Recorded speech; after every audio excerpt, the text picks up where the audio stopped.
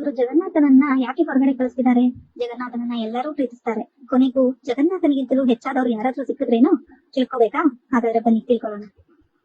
ಒಂದು ಕುಟುಂಬ ಇತ್ತು. ಅವರು ನಗರಕ್ಕೆ ಬಂದ ಪ್ರತಿಯೊಬ್ಬ ಭಕ್ತರನ್ನು, ಸಂತರನ್ನು ಭಗವಾನ್ ಜಗನ್ನಾಥನ ರೂಪದಲ್ಲಿ ಸೇವೆ ಮಾಡ್ತಾ ಇದ್ರು. ಮತ್ತು ಅವರು ಮನೆಯಿಂದ ಹೋದ ಮೇಲೆ ಮಹಾಪ್ರಭು ಜಗನ್ನಾಥನ ಭಜನೆ ಮಾಡ್ತಿದ್ರು. ಒಂದು ದಿನ ನಮ್ಮ ಮಹಾಪ್ರಭು ಜಗನ್ನಾಥ ಬಹಳ ಭಾವುಕರಾಗಿ ಅವರನ್ನು ನೋಡುತ್ತಿದ್ದರು. ಆಗ ಲಕ್ಷ್ಮೀದೇವಿ ಹೇಳಿದ್ರು, ಪ್ರಭು ನೀವು ಇಷ್ಟು ಪ್ರೀತಿಯಿಂದ ಏನು ನೋಡುತ್ತಿದ್ದೀರಾ? ಮಹಾಪ್ರಭು ಹೇಳಿದ್ರು, ನೋಡು ದೇವಿ, ಈ ಕುಟುಂಬ ಎಷ್ಟು ಭಾವದಿಂದ ನನ್ನ ಸಂತರನ್ನು, ನನ್ನ ಭಕ್ತರನ್ನು ಸೇವೆ ಮಾಡುತ್ತಿದೆ.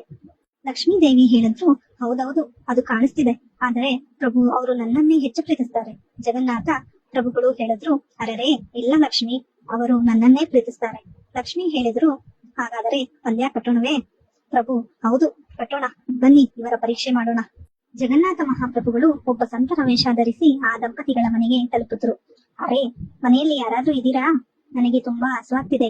ಎಲ್ಲರೂ ಓಡಿ ಬಂದು ಹೇಳಿದ್ರು, ಎಷ್ಟು ಅದೃಷ್ಟದ ವಿಷಯ, ಸಂತರು ನಮ್ಮ ಮನೆಗೆ ಬಂದಿದ್ದಾರೆ. ಅವರನ್ನು ಆದರದಿಂದ ಮನೆಗೆ ಕರೆದುಕೊಂಡು ಹೋಗಿ ಕೂಡಿಸಿದರು. ಪಾದಗಳನ್ನು ತೊಳೆದರು. ಸ್ವಾಮಿ, ನಿಮಗೆ ಪ್ರಸಾದ ಬಡಿಸಬಹುದೇ ಎಂದು ಕೇಳಿದರು.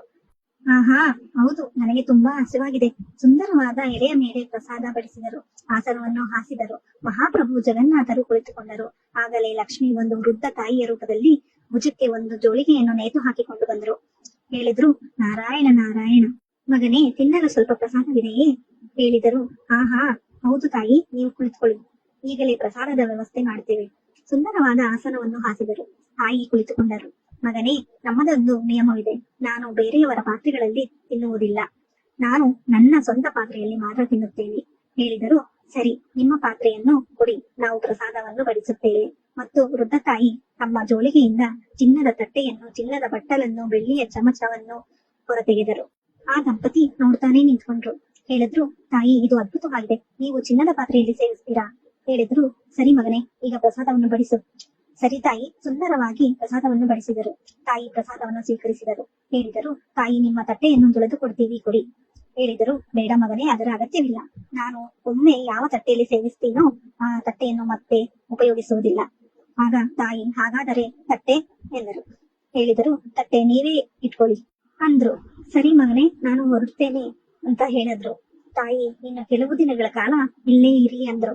ಹೇಳಿದ್ರು, ಮಗನೇ, ಯಾವ ಮನೆಯಲ್ಲಿ ಸನ್ಯಾಸಿಗಳು ಉಳಿಯುತ್ತಾರೋ ಆ ಮನೆಯಲ್ಲಿ ನಾನು ರಾತ್ರಿ ಉಳಿಯುವುದಿಲ್ಲ ಎಂದರು. ಆಗ ಹೇಳಿದ್ರು, ತಾಯಿ, ನೀವು ಉಳಿಯಿರಿ. ಸ್ವಾಮೀಜಿ, ನಿಮ್ಮ ಚೀಲವನ್ನು ಎತ್ಕೊಂಡು ಹೊರಡಿ ಎಂದರು. ಹೇಳಿದ್ರು, ಮಗನೇ, ಇವತ್ತು ರಾತ್ರಿ ಉಳಿಯೋಕೆ ಬಿಡು, ನಾಳೆ ಹೋಗೋಣ ಅಂದ್ರು. ಹೇಳಿದ್ರು, ಇಲ್ಲ ತಾಯಿ, ಉಳ್ಕೊಂತಾರೆ, ನೀವು ಹೊರಡಿ, ಅಲ್ಲಿ ಲಕ್ಷ್ಮಿ ನಗ್ತಿದ್ದಾರೆ.